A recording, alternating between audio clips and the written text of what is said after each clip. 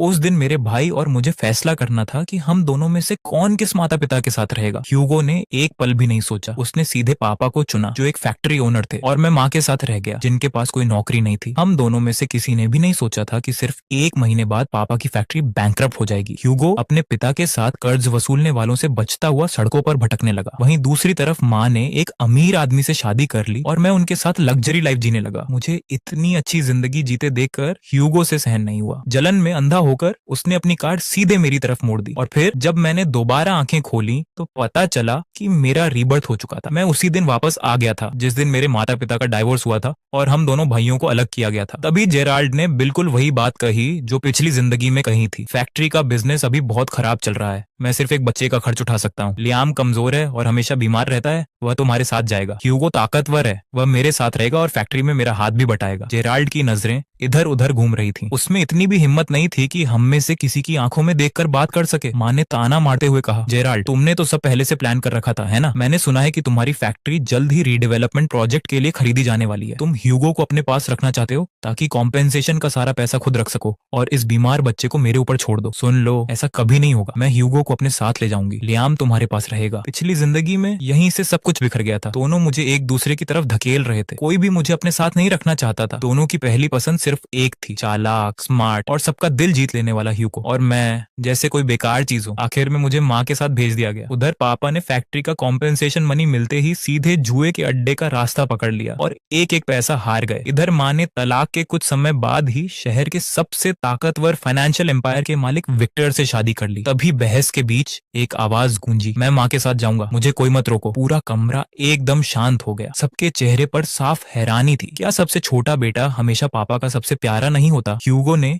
Gerald की तरफ नफरत भरी नजर डाली, फिर तुरंत मुस्कुराते हुए माँ की तरफ मुड़ा। माँ, मैं आपके साथ रहना चाहता हूँ, मैं आपका अच्छे से ख्याल रखूंगा। माँ यानी विवियन कुछ पल के लिए चुप रह गई, फिर धीरे से बोली, ठीक है, ह्यूगो मेरे साथ जाएगा, लियाम तुम्हारे साथ रहेगा, जेराल्ड हम दोनों एक एक बच्चे को रखेंगे और आज के बाद हम कभी एक दूसरे की जिंदगी में वापस नहीं आएंगे। जेराल्ड कुछ कहना चाहता था, तभी मैंने कहा, पापा मैं आपके साथ चलूंगा। ह्यूगो खुशी से अंदर ही अंदर उछल पड़ा। आखिर सब कुछ उसकी प्लानिंग के मुताबिक हो गया था। फिर वह नकली चिंता दिखाते हुए मेरी तरफ मुड़ा, लियाम मुझे गलत मत समझना, माँ की तबीयत ठीक नहीं रहती, उन्हें किसी का साथ चाहिए। तुम बड़े भाई हो, बस इस बार पापा के साथ चले जाओ, ठीक है? जब मैं बड़ा होकर सफल हो जाऊंगा तब। मैं उसकी वही घमंडी स्माइल देख रहा था। मेरी आंखों में बर्फ जैसी ठंडक उतर आई। पिछली जिंदगी में जब तुमने अपनी कार से मुझे कुचल कर मार डाला था तब भी तुम्हारे चेहरे पर यही मुस्कान थी। इस बार मैं तुम्हारी इच्छा पूरी होने से कैसे रोक सकता हूँ? बाहर की दुनिया में विक्टर खुद को एक सभ्य जेंटलमैन दिखाता था, लेकिन बंद दरवाजों के पीछे वह मानसिक रूप से बेहद साइकोपैथ था। उसे दूसरे पुरुषों से अजीब तरह की नफरत थी। पिछली जिंदगी में मैं किसी तरह जिंदा रहा, सिर्फ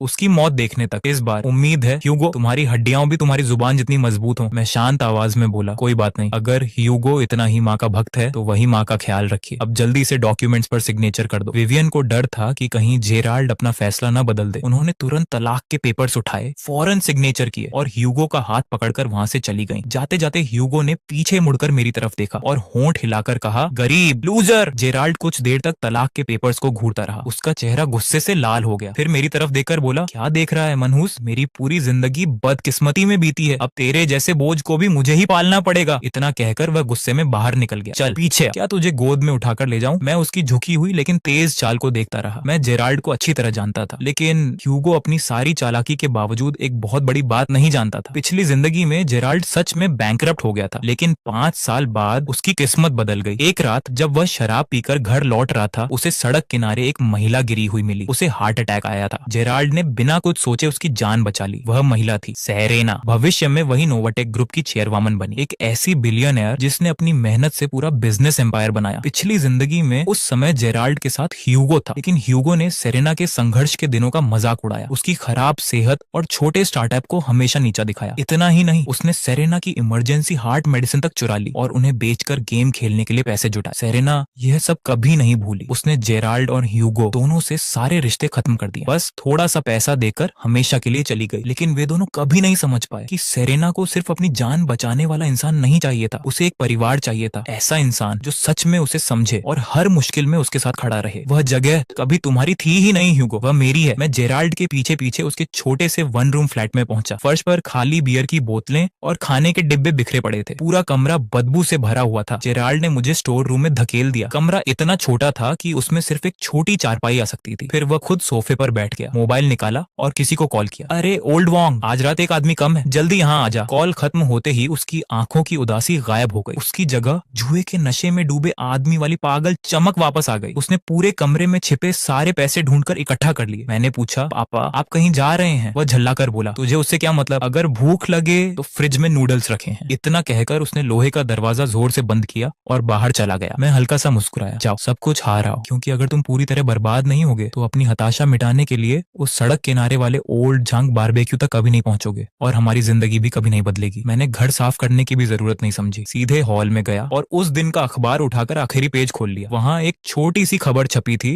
जिसे ज्यादातर लोग शायद नजरअंदाज कर देते। नोवेटेक कंपनी दिवालिया होने की कगार पर, self made business woman Serena सु भरोसे के संकट में, कई इन्वेस्टर्स ने अपना पैसा वापस निकाल लिया। मैंने दीवार पर लगी घड़ी की तरफ देखा। शाम के 5:30 बज चुके थे। पिछली जिंदगी की यादों के मुताबिक आज शाम लेनदारों से बचने के लिए सेरेना चुपचाप अकेली बाहर निकलेगी और ओल्ड झांग बारबेक्यू में बैठकर शराब के सहारे अपना दुख भुलाने की कोशिश करेगी। मैं बाथरूम गया, चेहरे पर ठंडे पानी के छींटे मारे और आईने में खुद को देखते हुए धीरे से बोला, पापा जब आपको जुए का इतना ही शौक है तो आज आपका बेटा आपको आपकी जिंदगी का सबसे बड़ा दांव खिलाने वाला है, जिसकी कीमत होगी 20 साल तक खड़ा रहने वाला एक बिजनेस एम्पायर। मैं शहर के ईस्टर्न हिस्से में बने ओल्ड झांग बारबेक्यू पहुंचा, लेकिन अंदर नहीं गया। मैं सड़क के कोने में अंधेरे में खड़ा होकर इंतजार करने लगा। आज जेराल्ड की किस्मत बिल्कुल साथ नहीं दे रही थी। शाम होने से पहले ही उसे जुए के अड्डे से बाहर निकाल दिया गया। अब वह दुकान के सबसे कोने वाली मेज पर बैठा था। उसके सामने सबसे सस्ती शराब की बोतल और मूंगफली की एक छोटी प्लेट रखी थी। वह बड़बड़ाया, सब उस मनहूस की वजह से हुआ है। डाइवोर्स होते ही मेरी किस्मत खराब हो गई। तभी एक काली ओंडिये 6 धीरे धीरे आकर सड़क किनारे रुकी। दरवाजा खुला और एक महिला बाहर उतरी और सीधे कोने की खाली मेज पर जाकर बैठ गई। उसने वेटर से कहा, 10 मटन सीख कबाब और एक बियर। मैंने आंखें सिकोड़ ली। आ गई, लेकिन मैं सीधे उसके पास नहीं जा सकता था। इस वक्त सेरेना बहुत सतर्क थी। अगर कोई जानबूझकर उसके करीब जाता तो वह तुरंत समझ जाती कि उसके पीछे कोई मकसद है। सबसे अच्छा तरीका यही था कि जेराल्ड खुद उससे टकराए और सच में टकराए। मैं घबराने का नाटक करते हुए दौड़कर जेराल्ड के पास पहुंचा। पापा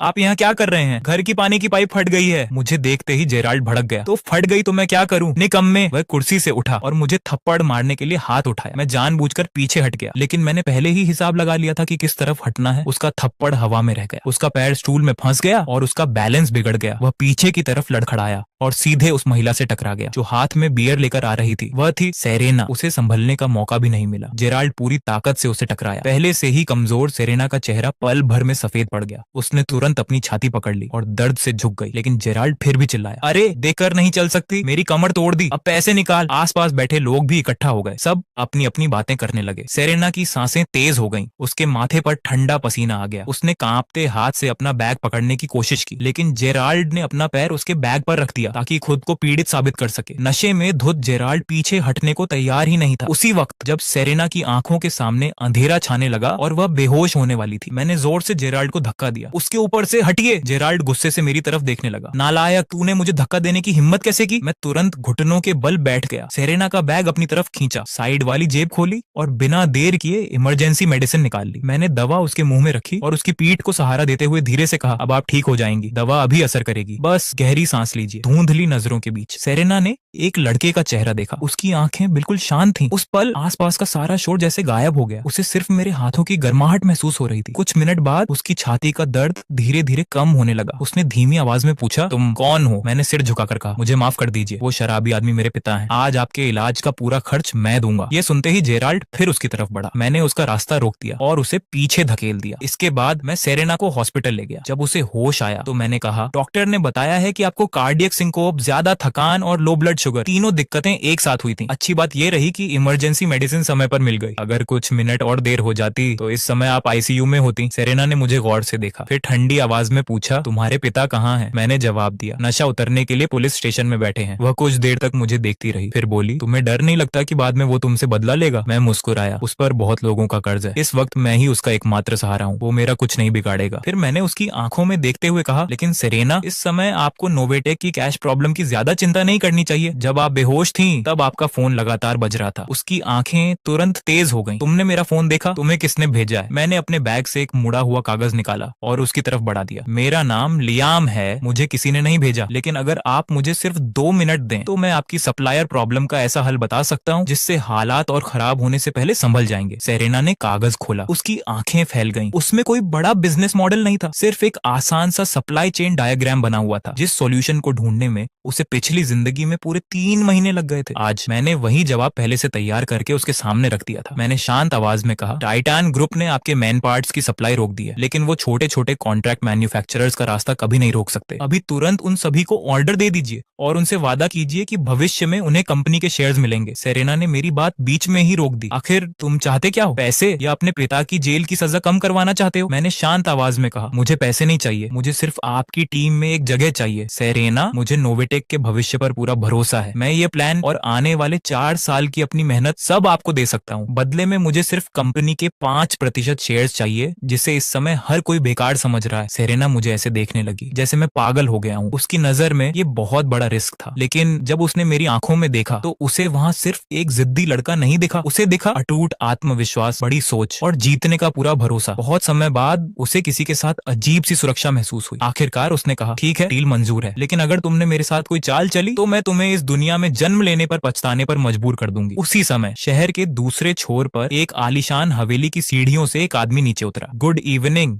मिस्टर विक्टर, ह्यूगो ने सम्मान से कहा। पिछली जिंदगी में ह्यूगो जानता था कि विक्टर बहुत अमीर है, लेकिन क्योंकि वह ज्यादातर समय जेराल्ड के साथ रहता था, इसलिए दोनों की कभी ज्यादा मुलाकात नहीं हुई। लेकिन आज सामने खड़े होकर उसे पहली बार महसूस हुआ कि विक्टर की मौजूदगी ही इतनी भारी थी कि उसके सामने सांस लेना भी मुश्किल लग रहा था। विक्टर ने उसकी तरफ देखा तक नहीं, वह सीधे बार काउंटर पर गया, अपने लिए रेड वाइन का एक गिलास भरा और हल्की मुस्कान के साथ बोला, तो यही है वह आज्ञाकारी लड़का जिसके बारे में तुमने मुझे बताया था। विवियन तुरंत आगे बढ़ी। जी यही है, ह्यूगो बहुत अच्छा बच्चा है। ह्यूगो ने झुककर कहा, मिस्टर विक्टर, अब से मैं आपके मार्गदर्शन में रहूंगा। विक्टर के चश्मे के पीछे उसकी आंखों में अजीब सी चमक उभरी। वह बोला, पहला नियम, इस घर में चलते समय तुम्हारे कदमों की आवाज 30 डेसिबल से ज्यादा नहीं होनी चाहिए। दूसरा नियम, हर सुबह और हर शाम तुम इस ड्राइंग रूम में घुटनों के बल बैठकर 30 मिनट तक बिना हिले रहोगे। तीसरा नियम, मेरी अनुमति के बिना तुम इस घर से बाहर नहीं जाओगे। ह्यूगो पूरी तरह हैरान रह गया। ये कैसे नियम है? ये घर नहीं, एक जेल है। विक्टर की आवाज अचानक बर्फ जैसी ठंडी हो गई। कोई दिक्कत है? विवियन ने घबराकर ह्यूगो को इशारा किया। जो कह रहे हैं वही करो, विरोध मत करना। ह्यूगो ने डरते हुए कहा, ना नहीं, कोई दिक्कत नहीं है। गुड। विक्टर सेटिस्फाई होकर मुस्कुराया। फिर उसने विवियन से कुछ लाने को कहा, कुछ ऐसा जिसे सुनते ही विवियन का चेहरा उतर गया। फिर भी वह कांपते हुए अंदर चली गई। करीब 10 मिनट बाद वह वापस आई। उसके हाथ में खाने की प्लेट नहीं थी,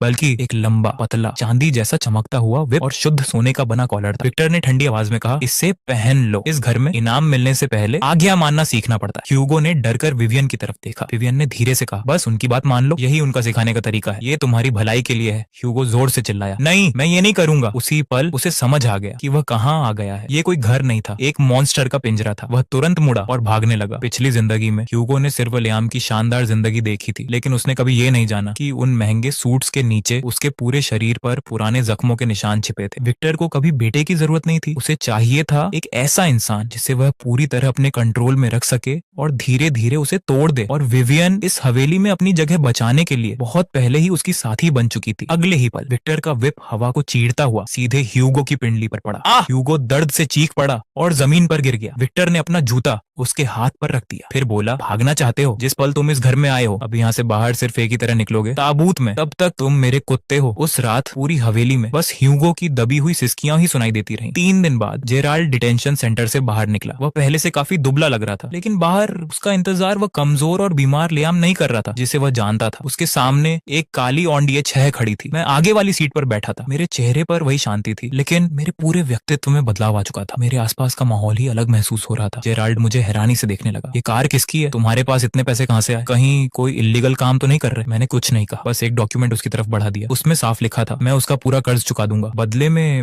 वह अपना आईडी कार्ड और फैमिली रजिस्टर मुझे सौंप देगा। आज के बाद वह मेरी इजाजत के बिना कोई बड़ा फैसला नहीं लेगा और जिंदगी में दोबारा कभी जुआ नहीं खेलेगा। जेराल्ड गुस्से से बोला, बहुत अकड़ आ गई है तुझ में। लेकिन जैसे ही उसकी नजर उस बॉडीगार्ड ड्राइवर पर पड़ी जिसे सेरेना ने मेरी सिक्योरिटी के लिए भेजा था, उसका सारा गुस्सा गायब हो गया। उसने बिना कुछ बोले डॉक्यूमेंट पर साइन कर दिया। इसके बाद मैंने जेराल्ड को सेरेना की एक पुरानी प्रॉपर्टी में रहने भेज दिया। अब उसका रोज का काम था घर का सामान खरीदना और खाना बनाना। उधर मैंने खुद को स्टडी रूम में बंद कर लिया और पूरी ताकत से नोवेटेक को दोबारा खड़ा करने में लग गया। मैंने तुरंत कई छोटे छोटे कॉन्ट्रैक्ट मैन्युफैक्चरर्स से कांटेक्ट किया और उनसे उन पार्ट्स का प्रोडक्शन शुरू करवाया जिनकी सप्लाई दुश्मन कंपनियों ने रोक दी थी। साथ ही पिछली जिंदगी में सीखा हुआ फाइनेंशियल नॉलेज इस्तेमाल करके मैंने कंपनी के अकाउंट्स की एक एक लाइन चेक की और हर उस कमी को बंद कर दिया जिसका फायदा उठाकर अंदर बैठे गद्दार कंपनी का पैसा चुरा रहे थे। सिर्फ कुछ ही दिनों में सेरेना का मेरे लिए नजरिया पूरी तरह बदल गया। पहले उसे मुझ पर शक था, फिर वह हैरान हुई और धीरे धीरे उसे मेरी आदत पड़ गई। अब उसे समझ आ चुका था कि मैं सिर्फ टेक्नोलॉजी और फाइनेंस ही नहीं समझता, मैं लोगों के दिमाग भी एक एक्सपर्ट सर्जन की तरह पढ़ सकता हूँ। उसने अपनी पूरी जिंदगी में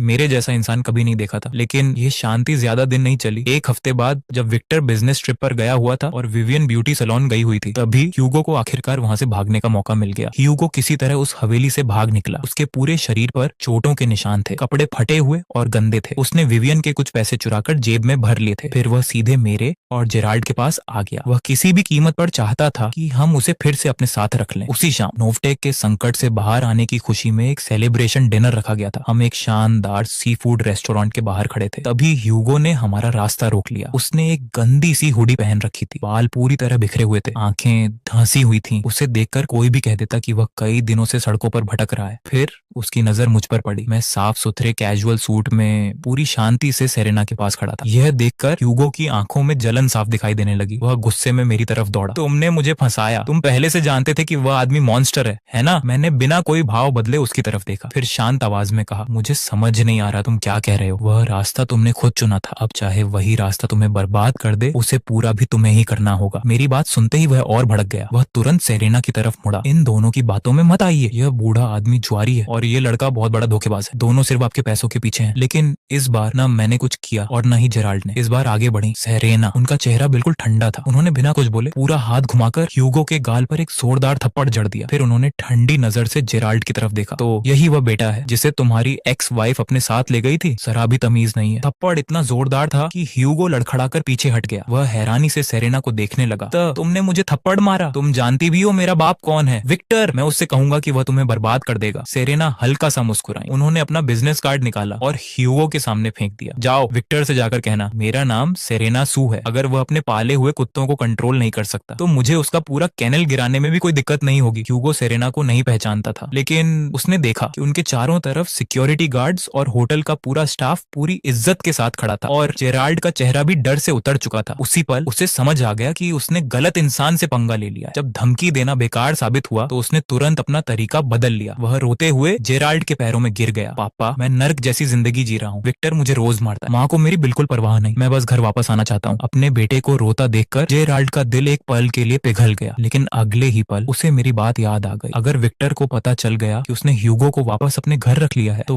वह उसे कभी नहीं छोड़ेगा। अपनी जान बचाने के लिए उसने बेटे का साथ छोड़ दिया। वह ठंडी आवाज में बोला, ह्यूगो, तुमने अपनी माँ को चुना था, अब उसी फैसले के साथ जीना सीखो। वापस जाओ। ह्यूगो का चेहरा सुन्न पड़ गया। जो आदमी पहले उसकी हर जिद पूरी करता था, आज वही उसे बोझ समझकर छोड़ रहा था। आखिर में सेरेना ने बस हल्का सा इशारा किया। कई सिक्योरिटी गार्ड्स आगे आए और ह्यूगो को घसीटते हुए बाहर ले गए। वह छूटने की कोशिश करता रहा, गालियां देता रहा और चिल्लाता रहा, लियाम, जेराल्ड, तुम दोनों इसकी कीमत चुकाओगे। मैं वापस आऊंगा और तुम्हें इस दिन का पछतावा होगा। देखते ही देखते 5 साल बीत गए। इन 5 सालों में मैंने सिर्फ नोवेटेक के अंदर छिपे गद्दारों को नहीं निकाला, बल्कि पिछले जन्म की यादों का फायदा उठाकर मोबाइल इंटरनेट, क्लीन एनर्जी और आर्टिफिशियल इंटेलिजेंस एआई, इन 3 बड़े सेक्टरों में सही समय पर इन्वेस्टमेंट किया। सिर्फ इन्हीं 3 फैसलों की वजह से नोवेटेक की मार्केट वैल्यू 50 गुना बढ़ गई। सेरेना देश की सबसे अमीर महिला बन गई और मैं नोवेटेक ग्रुप का वाइस प्रेसिडेंट बन गया। पूरी बिजनेस इंडस्ट्री में लोग मुझे नोवेटेक का प्रिंस कहने लगे। जहां तक जेराल्ड की बात है, अब उसका पूरा दिन पक्षियों को घुमाने, चाय पीने और आराम से पैसे खर्च करने में निकलता था। वह आज भी उतना ही निकम्मा था, लेकिन अब लोग उसे इज्जत से ओल्ड जेराल्ड कहते थे। हाँ, एक इंसान से वह आज भी सबसे ज्यादा डरता था और वह था मैं, क्योंकि उसके खर्च होने वाले हर रुपए पर मेरी मंजूरी जरूरी थी। उधर इन 5 सालों में ह्यूगो की जिंदगी बिल्कुल अलग थी। विक्टर ने उसे कभी इंसान समझा ही नहीं। मारपीट कभी भी शुरू हो जाती। ह्यूगो उसके लिए सिर्फ एक पंचिंग बैग था और कुछ नहीं। खुद को बचाने के लिए विवियन सब कुछ देखते हुए भी अनदेखा करती रही। धीरे धीरे वह भी विक्टर के साथ मिलकर ह्यूगो को मनहूस कहने लगी। कॉलेज के पहले ही साल ह्यूगो जुए का कर्जा चुकाने के लिए चोरी करते हुए पकड़ा गया। उसे कॉलेज से निकाल दिया गया। गुस्से में विक्टर ने उसे घर से भी निकाल दिया और उसके सारे खर्चे बंद कर दिए। विवियन ने छिपकर उसे कुछ पैसे दिए, लेकिन ह्यूगो ने वे पैसे भी जुए में उड़ा दिए। अब उस पर लाखों का कर्ज चढ़ चुका था। वह शहर के सबसे खतरनाक अंडरग्राउंड एरिया में छिपकर रहने लगा। एक गैर कानूनी इंटरनेट कैफे में छोटी मोटी ठगी करके किसी तरह गुजारा करता था। एक दिन वह हमेशा की तरह कंप्यूटर के सामने बैठा था। तभी एक न्यूज हेडलाइन पर उसकी नजर पड़ी। वह बिना पलक झपकाए उसे घूरता देखता रह गया। धीरे धीरे उसके होंठ कांपने लगे। वह बुदबुदाया, ये सब उसे क्यों मिला? ये सब मेरा होना चाहिए था। यह सब हमेशा से मेरा ही था। उसने दांत भींच ली। उसकी आंखों में भरी जलन धीरे धीरे उसकी बची हुई समझ भी खत्म कर रही थी। अगर उस दिन वह उस निकम्मे बाप के साथ गया होता तो आज स्टेज पर खड़ा इंसान वह खुद होता। सेरेना का अरबों का साम्राज्य आज उसका होता। तभी कुछ हट्टे कट्टे आदमी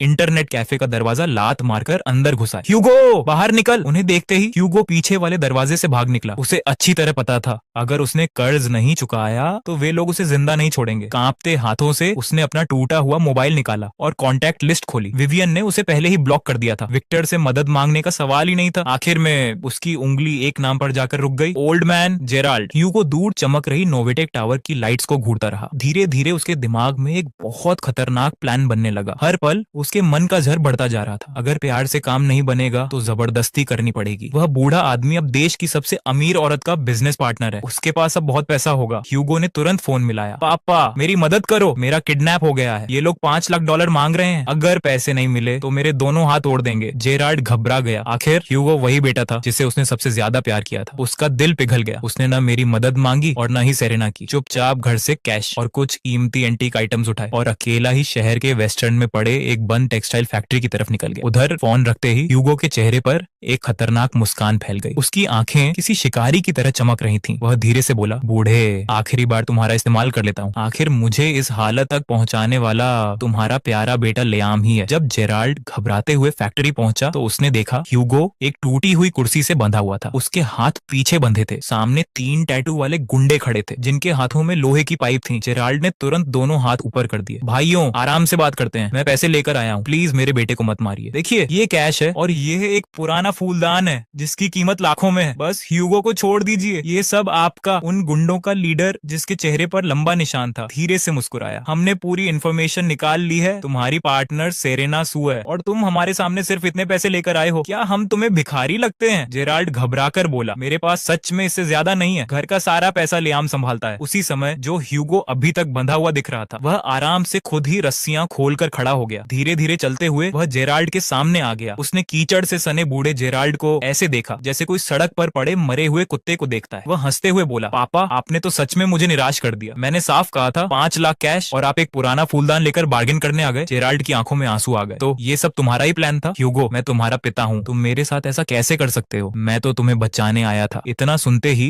ह्यूगो ने उसका कॉलर पकड़ लिया। वह गुस्से से चिल्लाया, अगर तुम सच में मुझे अपना बेटा मानते थे तो 5 साल पहले मुझे अपने साथ क्यों नहीं रखा? मुझे उस नर्क में क्यों छोड़ दिया? तुम्हें पता भी है मैंने कैसी जिंदगी जी है। तभी वह निशान वाला गुंडा बीच में बोला, बहुत ड्रामा हो गया। बूढ़े फोन निकाल, लियाम को कॉल कर, उसे बोल पैसे लेकर यहाँ आए। अगर $1 भी कम हुआ तो तुम्हारी एक उंगली काट देंगे। जेराल्ड अपने बेटे को देखता रहा। उसे लग रहा था जैसे उसके सामने ह्यूगो नहीं कोई अजनबी खड़ा हो। उसने कांपते हाथ से मोबाइल निकाला, फिर धीरे से बोला, मैं लियाम को कॉल नहीं करूंगा, मैं उसे इस मुसीबत में नहीं फंसाऊंगा। उसी पल जो आदमी पूरी जिंदगी डरता रहा उसके अंदर पहली बार हिम्मत आई। उसे समझ आ गया था कि ह्यूगो अब पूरी तरह बर्बाद हो चुका है। अगर लियाम भी इसमें फंस गया तो सेरेना भी मुश्किल में पड़ जाएगी। ह्यूगो गुस्से से पागल हो गया। उसने लकड़ी का डंडा उठाया और पूरी ताकत से जेराल्ड के सिर पर मारने ही वाला था। लेकिन उसी समय गोदाम का बड़ा लोहे का दरवाजा जोरदार धमाके के साथ उड़ गया। तो काली एसयूवी तेजी से अंदर घुस आई। उनकी तेज हेडलाइट्स ने पूरे गोदाम को रोशन कर दिया। ह्यूगो और उसके साथी कुछ समझ पाते उससे पहले ही बॉडीगार्ड्स उन पर टूट पड़े। कुछ ही सेकंड में सारे गुंडे जमीन पर पड़े थे। मैं हाथ में काली अम्ब्रेला ली धीरे धीरे उनकी तरफ बढ़ा। मुझे पहले से ही ह्यूगो की इस चाल का अंदाजा था। मैंने कई दिनों पहले ही अपने लोगों को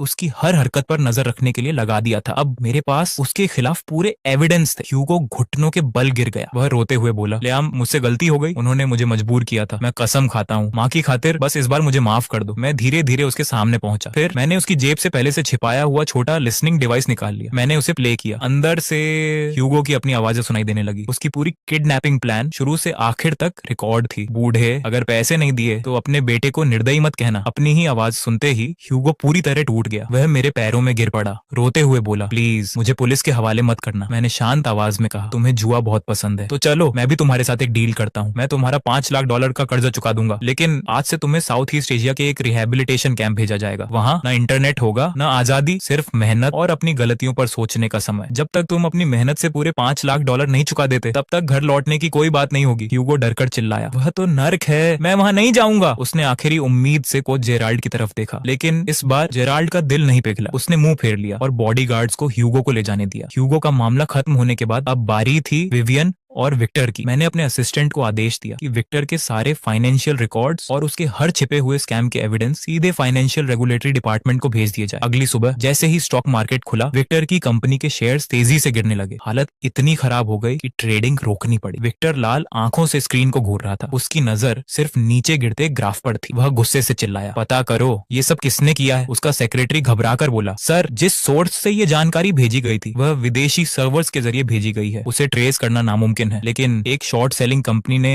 एक हफ्ता पहले ही बड़ा इन्वेस्टमेंट किया था और शेयर प्राइस गिरने से करोड़ों कमा लिए। उसका कनेक्शन एक वेंचर फंड से निकला है। विक्टर की आंखें सिकुड़ गईं। उसके मुंह से धीरे से निकला, लियाम सेरेना के पीछे खड़ा वही लड़का। उसकी रीढ़ में ठंडी सिहरन दौड़ गई। अगले कुछ दिनों तक हर तरफ से बुरी खबरें आने लगी। बैंक्स ने अपने कर्ज वापस मांग लिए, सप्लायर्स ने माल भेजना बंद कर दिया। एक एक करके सारे कंस्ट्रक्शन साइट्स बंद होने लगे। देखते ही देखते विक्टर का पूरा बिजनेस एम्पायर बिखर गया। वह घर लौटा और अपना सारा गुस्सा विवियन पर उतार दिया। उसने उस पर चिल्लाया, मारपीट की और आखिर में उसे डिवोर्स नोटिस भेज दिया। विवियन पूरी तरह घबरा गई। हवेली की मालकिन होने का उसका रुतबा खत्म हो चुका था और ह्यूगो उसका फोन भी नहीं उठा रहा था। बेबस होकर उसने एक फाइनेंशियल मैगजीन में मेरी फोटो देखी। जैसे ही उसे पता चला कि मैं अब अरबों की संपत्ति का मालिक हूँ, उसकी आंखों में लालच चमक उठा। वह तूफान की तरह नोवेटेक की लॉबी में घुस गई और सीधे फर्श पर बैठ गई। अपनी जांघें पीट पीट कर जोर जोर से रोने लगी। आओ सब लोग देखो, नोवेटेक का बड़ा मालिक अपनी ही माँ को घर से निकालकर सड़क पर छोड़ चुका है। क्या ऐसा बेटा भी होता है? आसपास खड़े कर्मचारी और लोग आपस में बातें करने लगे। भीड़ बढ़ती देखकर विवियन के चेहरे पर हल्की मुस्कान आ गई। यही तो वह चाहती थी। अगर लोग उसके पक्ष में हो गए तो अपनी बदनामी से बचने के लिए मुझे उसे वापस अपनाना ही पड़ेगा। बस एक बार जनता मेरे खिलाफ हो जाती तो मुझे दिखावे के लिए ही सही उसे वापस स्वीकार करना पड़ता। अभी लिफ्ट का दरवाजा खुला और सेरेना बाहर आई। यहाँ क्या हो रहा है? सेरेना को देखते ही विवियन ने उसकी तरफ उंगली कर दी। तूने ही लियाम को मेरे खिलाफ भड़काया। तूने मेरा पति भी छीन लिया और मेरा बेटा भी। सेरेना बिल्कुल शांत खड़ी रही। उसके चेहरे पर न गुस्सा था न नफरत, सिर्फ गहरी घृणा और थोड़ी सी दया। विवियन 5 साल बीत गए लेकिन तुम जरा भी नहीं बदली। विवियन गुस्से से बोली, ज्यादा घमंड मत कर सेरेना।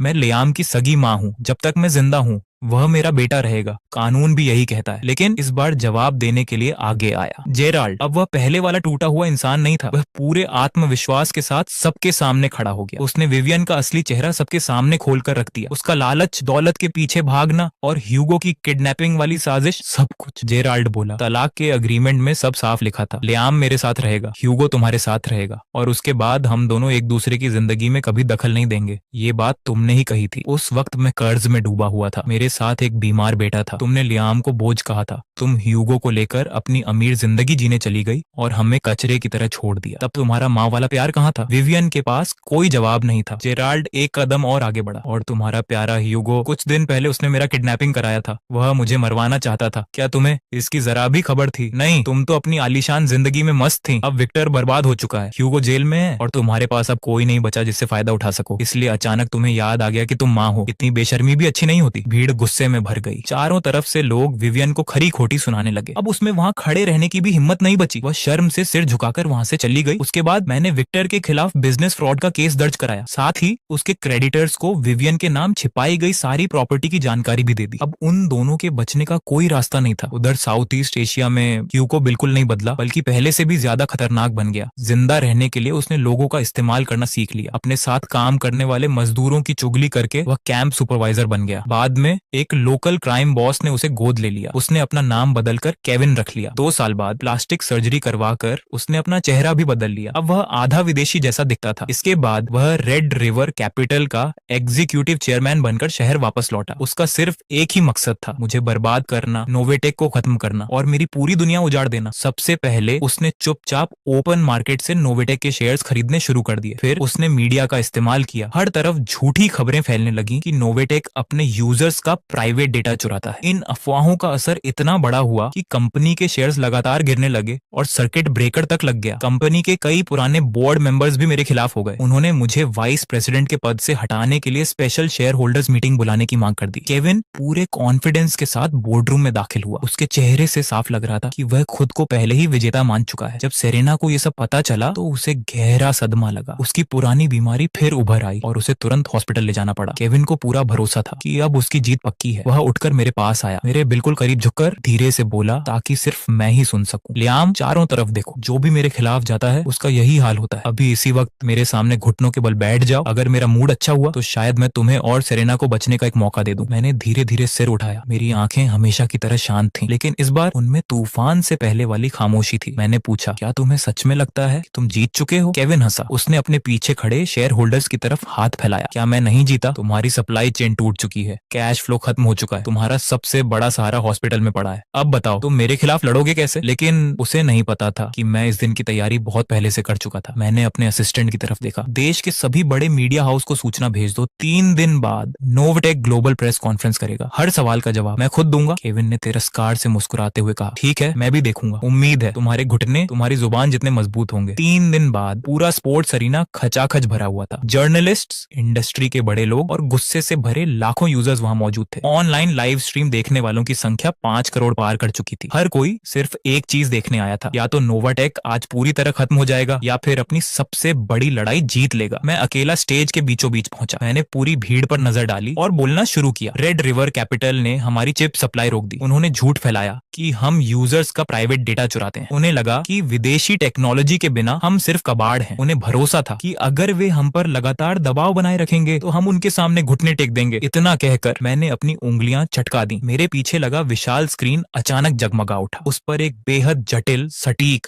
और शानदार चिप आर्किटेक्चर का डिजाइन दिखाई दिया। मैंने शांत आवाज में कहा, मैं आपको प्रोजेक्ट तियान्वेन से परिचित कराना चाहता हूँ। इसे पूरी तरह नोवाटेक ने खुद विकसित किया है। ये पूरी तरह इंडिपेंडेंट आर्किटेक्चर पर आधारित है और इसे हमारे देश की 4 सबसे बेहतरीन लेकिन अब तक अनजान कॉन्ट्रैक्ट मैन्युफैक्चरिंग कंपनीज ने मिलकर बनाया है। यह 7 नैनोमीटर चिप है। ह्यूगो की नजरें स्क्रीन पर जम गईं। अभी अभी मैंने जिस तकनीक का खुलासा किया था वह पूरी दुनिया बदल देने वाली तकनीक थी। उसका चेहरा पल भर में सफेद पड़ गया। वह झटके से अपनी सीट से खड़ा हो गया। ये नामुमकिन है, बिल्कुल नामुमकिन। हमारे देश की चिप टेक्नोलॉजी तो कई साल पीछे है और वे फैक्ट्रियां तो सिर्फ छोटे छोटे मैन्युफैक्चरर्स हैं। तुम्हें ये तकनीक मिली कहां से? लेकिन उसे क्या पता था कि पिछले जन्म की यादों के सहारे मैंने 5 साल पहले ही उन छोटी छोटी फैक्ट्रियों में निवेश कर दिया था। उस समय किसी ने नहीं सोचा था कि एक दिन यही कंपनियां पूरे उद्योग की सबसे बड़ी ताकत बन जाएंगी। मैंने उन्हें सबसे जरूरी टेक्निकल ब्लूप्रिंट्स भी दिए थे। 5 साल की मेहनत, 5 साल का इंतजार सिर्फ इसी दिन के लिए था। आज नोवाटेक फिर से दुनिया के सामने खड़ा था और किसी ने भी इसकी कल्पना नहीं की थी। मैं राख से दोबारा उठकर लौटा था। इसके बाद मैंने पूरी दुनिया के सामने स्क्रीन पर ह्यूगो का पूरा क्रिमिनल रिकॉर्ड दिखा दिया। उसके जुए की तस्वीरें, किडनैपिंग की audio recording, south east Asia में मजदूरों पर किए गए अत्याचारों की सीसीटीवी फुटेज और ऑफिशियल डीएनए रिपोर्ट, जिसमें साफ साबित हो चुका था कि केविन और ह्यूगो एक ही इंसान है। ह्यूगो पूरी तरह टूट गया। वह घबराकर बाहर भागा, लेकिन दरवाजे पर पहले से मौजूद पुलिस ने उसे तुरंत गिरफ्तार कर लिया। जैसे ही पुलिस उसे हथकड़ी लगाकर ले गई, रेड रिवर कैपिटल के शेयर्स धड़ाम से गिर गए। यह लड़ाई खत्म हो चुकी थी और जीत मेरी थी। उधर हॉस्पिटल में सेरेना पूरी तरह होश में आ चुकी थी। कुछ समय बाद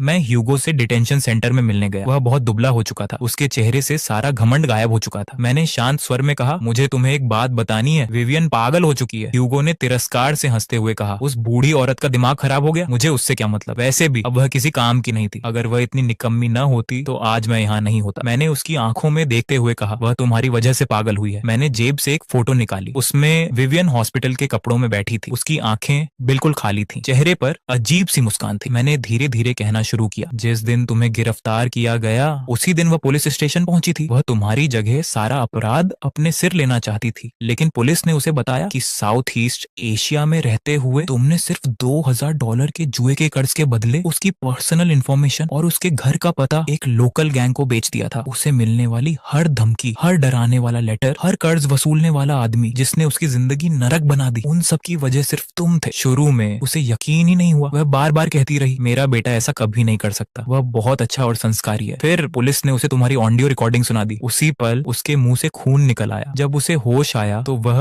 हर समय एक तकिए को सीने से लगाए बैठी रहती थी। धीरे धीरे बस इतना कहती रहती, मेरा ह्यूगो अभी भी छोटा बच्चा है, वह अभी बड़ा नहीं हुआ, वह बुरा नहीं बन सकता। यह सुनते ही ह्यूगो की आंखें कांपने लगी, उसकी सांसें तेज हो गईं, वह पूरी तरह टूट गया। वह कांच की दीवार पर बार बार सिर मारने लगा और चीखते हुए बोला, मुझे मार डालो प्लीज, मुझे मार डालो। मैंने शांत लेकिन ठंडी आवाज में कहा, मौत तुम्हारे लिए बहुत आसान सजा होगी। पूरी जिंदगी अपने के पर पछताते हुए जीना, यही तुम्हारी असली सजा मजा है। 1 साल बाद आखिरकार मुझे वो लड़की मिल गई जिसके साथ मैं पूरी जिंदगी बिताना चाहता था। उसका नाम था एलन। हमारी शादी वाले दिन पूरा वेडिंग हॉल मेहमानों से भरा हुआ था। बिजनेस वर्ल्ड की बड़ी बड़ी हस्तियां भी वहां मौजूद थी। जेराल्ड सूट पहनकर स्टेज पर आया। उसकी आंखें नम थीं। उसने भावुक होकर कहा, जब मैं पूरी तरह टूट चुका था, जब मेरे पास कोई उम्मीद नहीं बची थी, तब इसने मेरा साथ नहीं छोड़ा। इसने कीचड़ में गिरे अपने बेवकूफ पिता का हाथ पकड़ा, मुझे उस दलदल से बाहर निकाला, मेरी जिंदगी फिर से बनाई, मुझे इज्जत से जीना सिखाया और मुझे दोबारा रोशनी में खड़ा कर दिया। इतना कहते कहते उसकी आंखों से आंसू बहने लगे। मैं आगे बढ़ा और उसे गले लगा लिया। मैंने धीरे से कहा, थैंक यू, सिर्फ आज के लिए नहीं बल्कि उन सभी सालों के लिए भी, जब तुम्हारा प्यार देर से ही सही लेकिन आखिरकार मुझे मिल गया।